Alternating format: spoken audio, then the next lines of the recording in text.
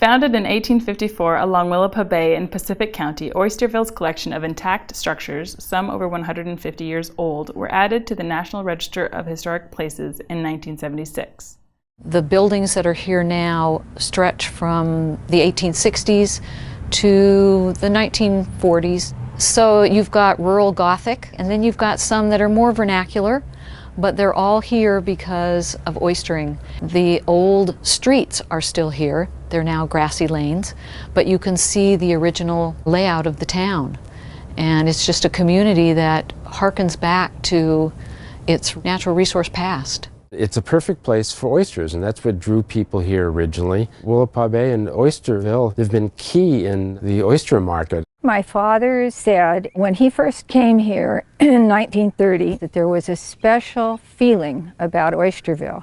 And lots of people talk about that. Is it the light? Is it the buildings? I like to think it's the people, of course.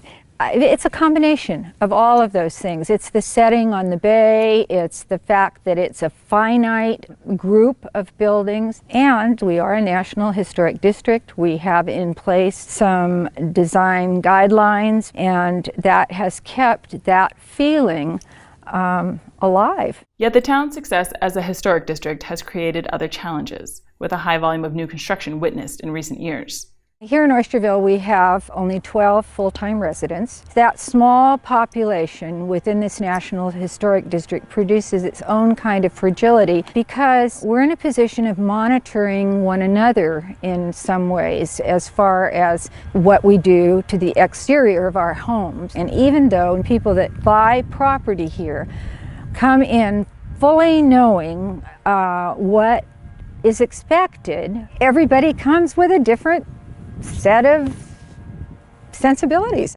One of the challenges is that this is an historic district, and sometimes I think it's hard for people to look at the range of architecture and see that these aren't individual properties that just happen to be nearby each other, but they are in fact an historic district, and it matters greatly what the new architecture looks like and what changes to the buildings look like as far as fitting in and blending with what's here. A local design review board is in place to ensure the buildings blend with the surrounding historic character, but some integrity has been lost.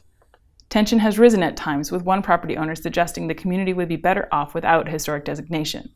I like the fact that there is attention paid to how building is done and how the property is treated and so on, but also having citizens of the community judging the plans of other people. It's uncomfortable for me to be in the position of being a judge, being on that board. That part of it makes me wish, gosh, I wish this had never been called a historic district. It's difficult with neighbor judging or reviewing a neighbor's project. Both sides should look at the review process as a benefit to making Oysterville better or retaining the integrity of Oysterville, and should not look at each other as adversaries in the situation. We do have a number of people who have another home somewhere else who are very actively involved in Oysterville. On the Design Review Board, on the Oysterville Restoration Foundation, and they are part of that infrastructure that keeps things going.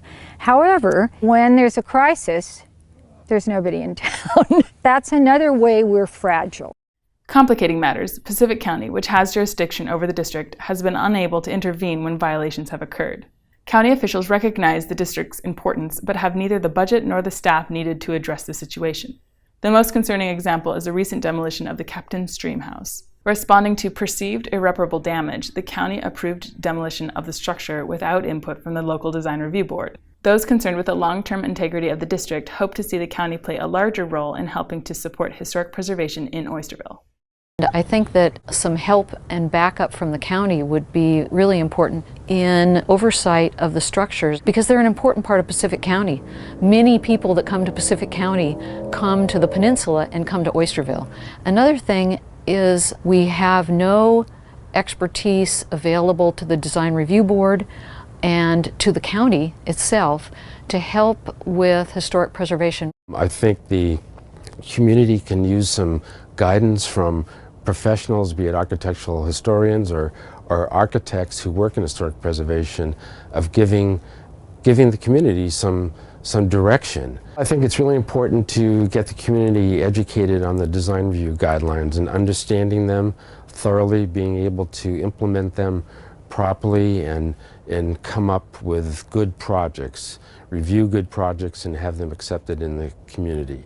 My greatest fear is that it won't look like an historic community anymore, that the new construction will far outnumber the number of historic buildings. I guess the worst case scenario would be you have a lot of recently constructed buildings that really don't seem to have ties to the setting. I mean, the setting is really a huge part of Oysterville. The historic landscape, the association with the shoreline, what we refer to as the grassy lanes, which were the old streets, and just having that disappear and losing the character of the historic district. I do think one of the pluses, since we became a National Historic District, is that other people on the Long Beach Peninsula have started to take pride in Oysterville. My goal would be to keep us an historic district. These buildings and this community should outlast all of us and should be recognizable to the people that were here long ago.